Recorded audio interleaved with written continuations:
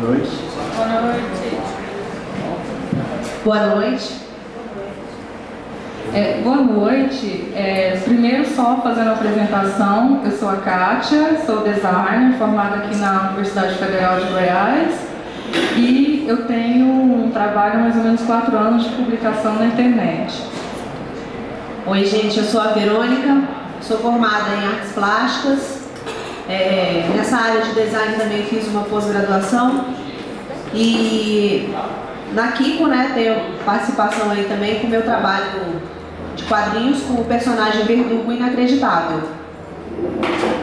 Meu nome é Gustavo, eu também sou formado em design gráfico pela Federal de Goiás. Faço quadrinhos e ilustração também, posto mais na internet. Bom, então, a gente está aqui para falar de um projeto que eu acho que ele está já na segunda fase, que é a revista Kiko. Depois, quem quiser dar uma folhada, é só procurar a gente. A primeira edição foi essa aqui, que nós lançamos no ano passado. E esse ano a gente está lançando a segunda edição. Então, hoje a gente vai falar um pouco como é que foi esse processo e como é que está sendo a produção de uma revista independente aqui em Goiás. E, basicamente, a ideia da revista começou através de um grupo de discussão no Facebook, né, Verônica? Acho que era o KIB, né, quadrinista. Isso. De Brasília. Era um grupo, né? Existe esse grupo. E aí, com a aproximação do evento Kodama, né, que surgiu a ideia, eu fiz um convite bem particular até para o pessoal, para a gente aproveitar o ensejo do evento e lançar uma coisa, né, para poder mostrar o nosso trabalho, né, uma espécie de vitrine mesmo. Então daí que surgiu a ideia para fazer a revista Kiko, né. Depois a gente batizou, né, porque nesse primeiro momento não tinha nada, não tinha nome, né, não tinha ideia de como é que ia ser, não existia nada. Só o convite mesmo, né. E aí depois o pessoal foi surgindo, né, a gente até pode apresentar aqui os primeiros participantes, né, que foi da primeira edição, a Kátia Ana, junto com a Heloísa Bragança, né, uma desenhou, a outra fez o roteiro na época, Daniel Costa, o Solo Maia, Viviane Vé e eu, né? E aí a ideia acabou aumentando, né, a vontade de continuar com a revista, né? Até a gente percebeu que o trabalho ficou bacana, não ficou aquela coisa assim desleixada, então teve esse ânimo de continuar, né? Só a gente não sabia se ia continuar com o mesmo grupo, né, ou não. Daí teve a entrevista no programa Energizando, Kátia e eu fomos, e foi muito bacana também. Quem conhece o programa pela Web Rádio Federal, é um programa que vale a pena muito vocês conferirem. E daí em diante a gente pensou em todo ano fazer a publicação. Então a publicação, depois teve o registro, a gente passou a falar, não, vamos juntar o grupo, anualmente lançar a Kiko. Na verdade a gente fala grupo, mas acabou ficando mais eu e você, assim, na organização. Porque a revista, ela, tanto a linha editorial, quanto até o próprio formato, não foi uma coisa pensada, foi surgindo a partir da nossa disponibilidade de recursos, né? E acho que principalmente da vontade de produzir alguma coisa com a qualidade bacana. Porque a minha publicação é exclusivamente online, eu nunca tinha feito nada impresso. A Verônica tem uma produção já há um bom tempo de fanzines, mas fazer uma revista com estrutura mais organizada, o custo é realmente um pouco alto. Tem esse detalhe também, você lembrou bem, é uma publicação que ela não tem patrocínio. Então ainda teve essa, a gente teve que, né, deixar isso bem claro, né, dentro do grupo dos interessados. Não seria uma coisa assim, eu tô convidando você porque é uma coisa que já está bancada, já está paga, não. Se você quer apresentar o seu trabalho, né, você sabe que vai ter um custo, né, que a gente vai orçar ainda na gráfica. Aí todo mundo topou porque estava realmente querendo ver o seu trabalho impresso. E aí, com a Kiko 2, justamente o que a Kátia falou, não ficou o mesmo grupo, né? Surgiram outras pessoas. E até a gente fomentou essa ideia mesmo, de estar sempre convidando, fazendo esse convite, né, para as pessoas que têm interesse em ter o trabalho impresso, publicado, né, chegar na gente, né, acessar a página, procurar a gente para combinar. Né? Aí, voltando à parte da 2, tem as partes das novidades, né? Porque até então a primeira não tinha prefácio, não tinha nada e... acho que foi bem o que eu falei, assim, a revista, a segunda foi tomando um corpo melhor a partir da experiência que nós tivemos na primeira, assim. O que é até uma coisa muito bacana isso, da revista, ela estar evoluindo a partir das publicações. Tanto é que esse formato da segunda aqui já é um formato de revista, tem ISSN, e para a próxima vai ter uma quantidade maior de participantes. Então, essa experiência de coletiva, de juntar o pessoal interessado em publicar e não ficar esperando quando que vai surgir uma oportunidade, a gente colocar a mão na massa, eu acho que está nascendo um projeto que tem chance de continuar assim por um bom tempo, sabe? E o fato de todo mundo ter um pé no design, ter noção de publicação, acho que ajuda 100%, porque tanto os custos de produção acabam reduzindo, porque nós mesmos produzimos nosso material. Isso. Muita gente pergunta qual que é a importância hoje em dia de uma publicação impressa, tendo em vista que o mercado digital está cada vez maior. Qual que é a importância disso, do suporte impresso? Na minha opinião, eu acredito que o suporte impresso, ele talvez tenha um peso maior por ele ele ser autossuficiente, por assim dizer. Ele não depende de um celular, de um tablet, de um computador, ou mesmo da energia elétrica, né? Bateria para você usufruir dele. Eu acredito que nesse sentido ele talvez seja um pouco superior, mas é uma realidade que cada vez mais a gente está sempre olhando para a tela de um celular, de um computador. Então eu acho que é meio a meio, está ficando cada vez mais equilibrado isso, né? Isso aí acho que é uma questão de gosto também, né, Gustavo? Né? Eu acho que é muito essa parte que você citou aí de você não precisar realmente do suporte, né, da energia, do computador para ver, né?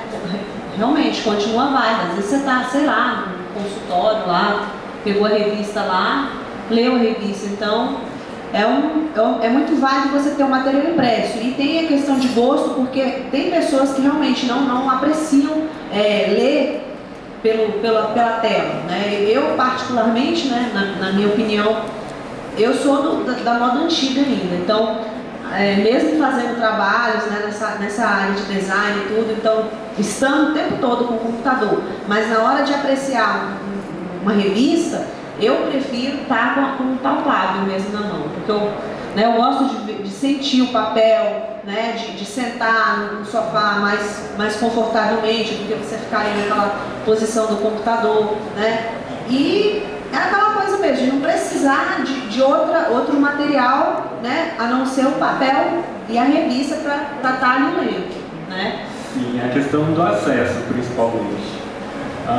Talvez com uma revista impressa você tenha acesso a uma só, enquanto o suporte digital ele te dá acesso a um número muito maior de conteúdo também. Mas isso ao preço do dispositivo e de uma conexão com a internet, lógico.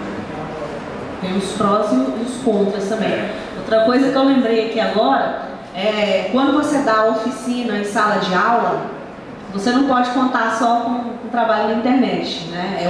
Outro ponto válido você ter o material impresso em mãos. Então, assim, como já fiz algumas oficinas, lembrei disso agora. Se eu não levo a revista para mostrar para os alunos, se eu só falo para eles assim, tá na internet, sabe? Eles não vão olhar, às vezes eles chegam em casa, nem vão lembrar mais tudo. Mas se eu levo, a partir do momento que eu levo impresso, mostro para eles, aí eles, que legal e tal. Então, às vezes adquire lá para ler lá na hora. Então, para mim já é mais válido também você estar com os dois. Eu tenho um trabalho na internet, quem quiser entrar lá na página, dar uma olhadinha, tá lá. Mas a revista está aqui, tá, né? Nesse instante está aqui para você olhar agora. Aí, a Kátia, eu não sei qual seria a opinião dela. Eu já acho que assim, são dois suportes válidos e acho que depende do quanto você tem disponível e de conhecimento para você usar uma ou outra ferramenta, um ou outro suporte.